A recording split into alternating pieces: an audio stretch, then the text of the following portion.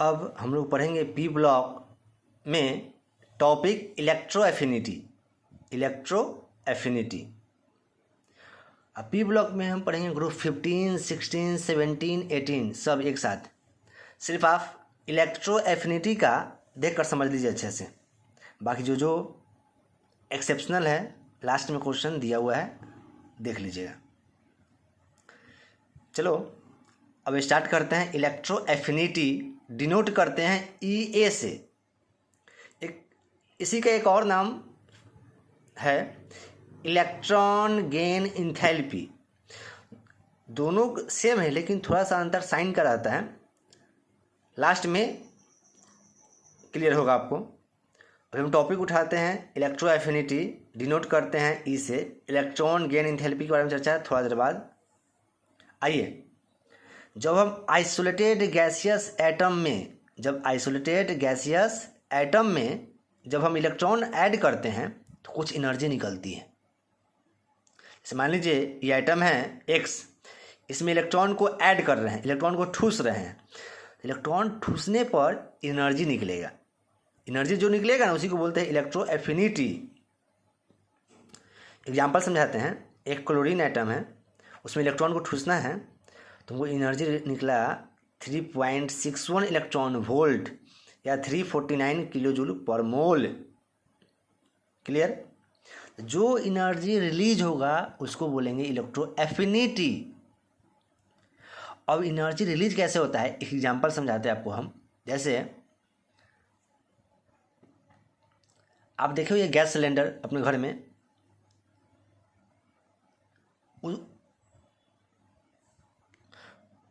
Gas cylinder में butane और propane रहता है।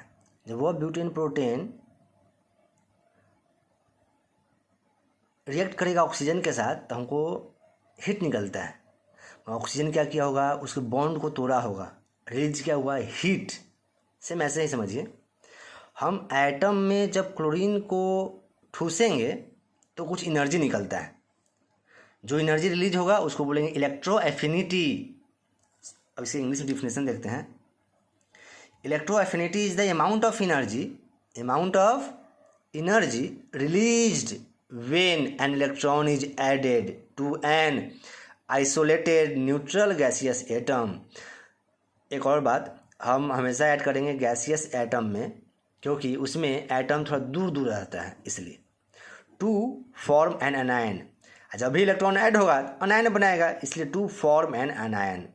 एक और बात, और इसको आपको समझना है ना, लैब में जाकर वैल्यू निकालना होगा, नहीं तो इस लाइन को ध्यान से समझने का प्रयास कीजिए। It is the measure of attraction of the atom. मतलब इलेक्ट्रो एफिनिटी क्या है, मेजर ऑफ अट्रैक्शन है of the atom for extra electron. जो एक्स्ट्रा इलेक्ट्रॉन आ रहा है ना, जैसे इलेक्ट्रॉन इसको ठूस रहे हैं, ये एक्स्ट्रा इलेक्ट्रॉन हो गया, इसको हम इनकमिंग इलेक्ट्रॉन भी बोल सकते हैं। इनकमिंग, आउट गोइंग कॉल नहीं, incoming electron. The atom for the extra electron. अब देख इसे कहने का क्या मतलब है, जो जितना अधिक अट्रैक्ट होगा उसमें अट्रैक्शन फोर्स ज़्यादा होगा, अधिक अट्रैक्ट करेगा फोर्स के साथ, तो वह उतना ही अधिक एनर्जी रिलीज करेगा। जो जितना अधिक अट्रैक्ट होगा वह उतना ही अधिक एनर्जी रिलीज करेगा। मतलब जो इलेक्ट्रॉन को ठूस रहे हैं ना, उसको फीलिंग आना चाहिए अधिक अट्रैक्शन का, तभी एनर्जी भी अधिक रिलीज होगा। क्लियर? ये बात नहीं समझ में आया तो हमको नहीं लगता आपको इलेक्ट्रो एफिनिटी समझ में आएगा। और ये बात समझिए, दो बात, ग्रुप में क्या होगा, पीरियड में क्या होगा। तो इलेक्ट्रो एफिनिटी 3 फैक्टर नीचे दिया हुआ है, उस पर डिपेंड है, हम देखेंगे उसके बारे में। पहला एटॉमिक साइज। अब सोचिए हमको इलेक्ट्रॉन को ठूसना है, मतलब न्यूक्लियस जितना छोटा होगा, कहने का मतलब एटम का साइज जितना छोटा होगा, न्यूक्लियर फोर्स उतना ही अधिक होगा। और जब न्यूक्लियर फोर्स अधिक होगा तो उतना ही अधिक इलेक्ट्रॉन को अपनी ओर अट्रैक्ट करेगा। क्लियर? एटम का साइज जितना छोटा हो, न्यूक्लियर फोर्स उतना ही अधिक होगा और वो इलेक्ट्रॉन को उतना ही अधिक अट्रैक्ट करेगा, तो उतना ही अधिक एनर्जी निकलेगा। क्लियर?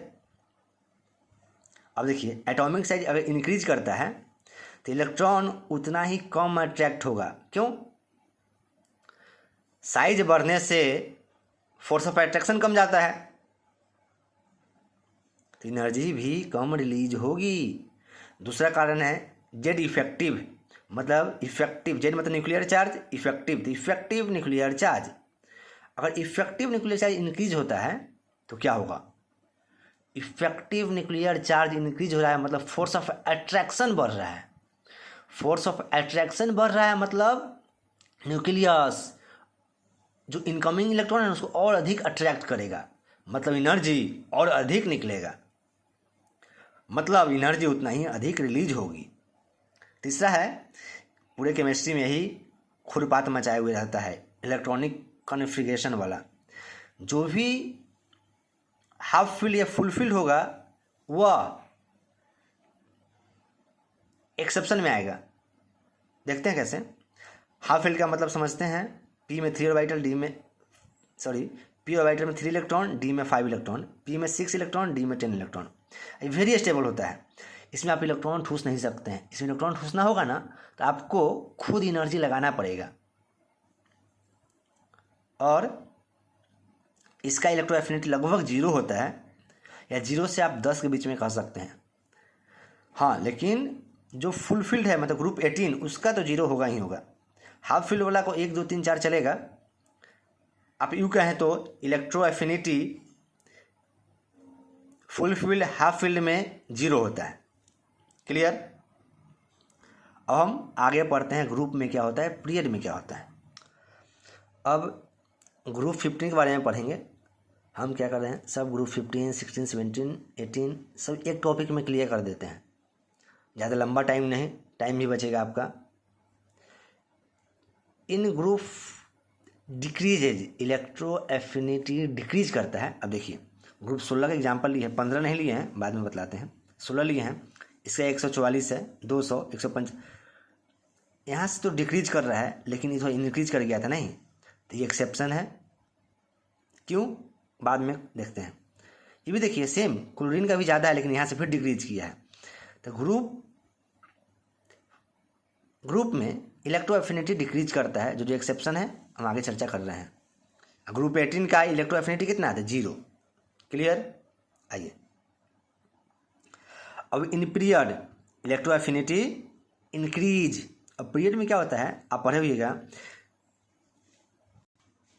पीरियड में पढ़े हुइएगा, लेफ्ट से राइट में जाने पर एटॉमिक साइज छोटा होते चला जाता है। नहीं, लेफ्ट से राइट में जाने पर एटॉमिक साइज छोटा होते चला जाता है। एटॉमिक साइज छोटा होगा मतलब न्यूक्लियस आउटर मोस्ट इलेक्ट्रॉन या बोलिए इनकमिंग इलेक्ट्रॉन को और अधिक अट्रैक्ट करेगा, और अधिक अट्रैक्ट करेगा मतलब एनर्जी और अधिक निकलेगा। एनर्जी अधिक निकल रहा है मतलब क्लियर बात, पीरियड में इंक्रीज हो रहा है। अब देखिए, हम लिए है boron, carbon, nitrogen, oxygen, fluorine, neon. आपको ग्रुप 15 से पढ़ना है 12th में, इसे 11th में पढ़ चुके हैं। अब देखिए, यहाँ डिक्रीज हुआ, फिर डिक्रीज हुआ, अब हाँ इंक्रीज हो रहा है, इंक्रीज हो रहा है, 0, मतलब यहाँ इसके कारण और एक बेरिलियम के कारण इसका ब्रेक हुआ है ट्रेंड में। तब क्यों? देखिए, ग्रुप 18 तो फुल फील्ड ऑर्बिटल है और ये हाफ फील्ड है, इसलिए तो क्वेश्चन बनता है वाई देखिए नाइट्रोजन का कम है कार्बन से। क्वेश्चन है why electro affinity of nitrogen is less than carbon. Bihar board 2018 में पूछे हुए हैं। Why is the electro affinity of fluorine is less than chlorine. Why is the electro affinity of fluorine less than chlorine, 2010 में पूछे हुए हैं। अब आइए, तो हाईएस्ट इलेक्ट्रो एफिनिटी किसका होता है?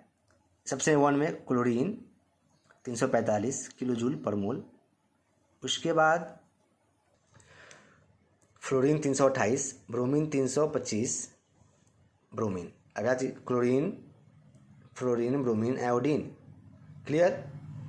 इलेक्ट्रोअफिनिटी समझ में आ गया आपको। अब 2 क्वेश्चन का आंसर हम देखते हैं। अब देखिए, the electro affinity of fluorine is less than chlorine, why? The electro affinity of fluorine is less than chlorine due to small size of fluorine atom. Fluorine का साइज बहुत छोटा है, फ्लोरीन का साइज बहुत छोटा है। There will be high electron density, छोटा size है, डेंसिटी इलेक्ट्रॉन का ज़्यादा हो गया। सोचिए, कम जगह पे आदमी ज़्यादा रहता है, डेंसिटी ज़्यादा है, जगह कम है, रहने वाली संख्या ज़्यादा है, तो there will be high electron density screen the nucleus. अब जो डेंसिटी ज़्यादा है मतलब इलेक्ट्रॉन ज़्यादा है, और इलेक्ट्रॉन को लाएंगे तो रिपल्सन होगा। सिंपल बात समझिए, तो इलेक्ट्रॉन ज़्यादा है तो अब इलेक्ट्रॉन ही आ रहा है तो इलेक्ट्रॉन में रिपल्सन होता है। आप भी जानते हैं the addition of an incoming electron to the valence shell of fluorine atom produce strong electron repulsion. As a result, in fluorine atom, incoming electron does not feel much attraction. Repulsion के कारण जो मान लो एक electron यहाँ पे है, आ रहा है, रिपेल करेगा, ये भी इसको रिपेल करेगा, पुश करेगा, ये बाहर जाएगा। क्यों? एटम का साइज छोटा है, इलेक्ट्रॉन ज़्यादा है, कम जगह पे इलेक्ट्रॉन ज़्यादा है, मतलब रिपल्सन वहाँ बहुत ज़्यादा है। रिपल्सन के कारण इनकमिंग इलेक्ट्रॉन अट्रैक्शन फील नहीं करेगा। जब अट्रैक्शन कम फील होगा तो एनर्जी भी कम देगा। क्लियर बात? फ्लोरीन का इलेक्ट्रोएफिनिटी कम होगा। ठीक है, which is responsible for the low electro affinity of fluorine. Fluorine में इलेक्ट्रॉन ठूस दिए, एनर्जी निकला 328, क्लोरीन में ठूसे तो निकला 349। Electro affinity of nitrogen is less than carbon, why? अब सबका आंसर ऐसे नहीं देंगे, नाइट्रोजन हाफ फील्ड में आता है तो हाफ फील्ड के हिसाब से जैसन देवता वैसन न्योता। अब ऐसा नहीं सोचिएगा इसका आंसर इसी जैसा लिख दें हम। ठीक, अब nitrogen has half field pure vital, nitrogen के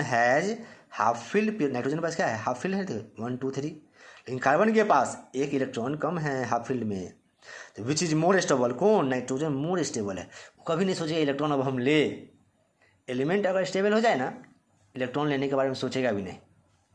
हाँ सोचेगा, आप इलेक्ट्रॉन ठूसना चाहते हैं तो एनर्जी देकर ठूसिए, मत एनर्जी वो एब्जॉर्ब करेगा ज़्यादा। An electron will be not be easy to nitrogen, so addition of an electron will not be easy to nitrogen, therefore that is why electroaffinity of nitrogen is less than carbon। 218। ठीक, एक question आप solve कीजिए, why electroaffinity of oxygen is less than sulfur। देखिए, ई trend में आएगा language same लिखा सकता है, हाफ फील्ड फुल फील्ड में आए तो सेम लैंग्वेज। क्लियर? अब है इलेक्ट्रॉन गेन इंथैल्पी। कुछ बचपन की बातें हैं, देखते हैं। तो during the addition of electron, और इलेक्ट्रॉन को एडिशन कर रहे हैं तो उसमें 2 बात है, या तो एनर्जी रिलीज होगा नहीं तो एनर्जी एब्जॉर्ब होगा। कहने का मतलब है इलेक्ट्रॉन ऐड करना है ना, अगर हाफ फील्ड फुल फील्ड नहीं है या उसमें इलेक्ट्रॉन ज़्यादा है तो आपको एनर्जी देना पड़ेगा। मतलब एक में एनर्जी रिलीज होता है, एक में एनर्जी एब्जॉर्ब होता है। तो जो रिलीज होगा ना उसको बोलते हैं एक्सोथर्मिक प्रोसेस, और जो एब्जॉर्ब होगा ना एब्जॉर्ब उसको बोलते हैं एंडोथर्मिक। एंडोथर्मिक के लिए डेल्टा एच पॉजिटिव, एक्सोथर्मिक के लिए डेल्टा एच निगेटिव। इस डेल्टा एच को इंथैल्पी बोलते हैं, क्लास 11th में पढ़ना था। क्लियर? Enthalpy delta H. अब टॉपिक क्या है? Electron gain. इंथैल्पी का मतलब समझ गया। अब इलेक्ट्रॉन गेन देखिए, तो ये आइटम क्या किया, इलेक्ट्रॉन ले लिया, गेन किया, एनर्जी रिलीज कितना हुआ 3.61 इलेक्ट्रॉन वोल्ट। कितना रिलीज हुआ? 3.61 इलेक्ट्रॉन रिलीज हुआ। जब रिलीज होता है ना तो डेल्टा एच निगेटिव में आता है, तो लिख दीजिए डेल्टा एच निगेटिव। कहने का मतलब जो इलेक्ट्रॉन का एंथैल्पी है बस इलेक्ट्रोएफिनिटी के निगेटिव होता है, दोनों सेम है, साइन का अंतर है। क्लियर। अब तो सक्सेसिव, अगर एक एटम में इलेक्ट्रॉन ऐड करना है तो आप इलेक्ट्रॉन तो ऐड कर दिए, तो जो एनर्जी निकला है ना उसको बोलते हैं फर्स्ट इलेक्ट्रॉन एफिनिटी। अब इस एटम में और इलेक्ट्रॉन ऐड करना है तो अब एनर्जी निकलेगा नहीं, आपको एनर्जी लगाना होगा क्योंकि उसमें रिपल्सन फोर्स ज़्यादा होगा। अब देखिए जैसे एग्जांपल समझते हैं, ऑक्सीजन में इलेक्ट्रॉन ऐड किए, एनर्जी निकला 1.47 इलेक्ट्रॉन वोल्ट, कहीं कहीं 1.48 लिखता है, चलेगा। अब इस नेगेटिव आयन में और इलेक्ट्रॉन ऐड करना है तो इसमें आपको क्या करना होगा पता है, एनर्जी लगाना पड़ेगा। कितना, 8.75 electron volt energy absorbed. Clear. ध्यान से देखिए, यहाँ पर नेगेटिव साइन बतलाया है, मतलब नेगेटिव का मतलब है इलेक्ट्रोएफिनिटी में हम एनर्जी ऐड कर रहे हैं। जब ई निगेटिव होगा ना इलेक्ट्रोएफिनिटी तो डेल्टा EGH क्या होगा, पॉजिटिव। क्लियर। अब ध्यान से एक बार सुनिएगा, इलेक्ट्रॉन एफिनिटी अपोजिट होता है इलेक्ट्रॉन गैन एंथैल्पी के। इस पर कुछ क्वेश्चन हम रिवीजन करवा देंगे, समझ में आएगा। थोड़ा वीडियो लंबा हो गया है लेकिन प्रयास रहा कम टाइम में समझाने का। वीडियो अच्छा लगे तो लाइक कीजिए।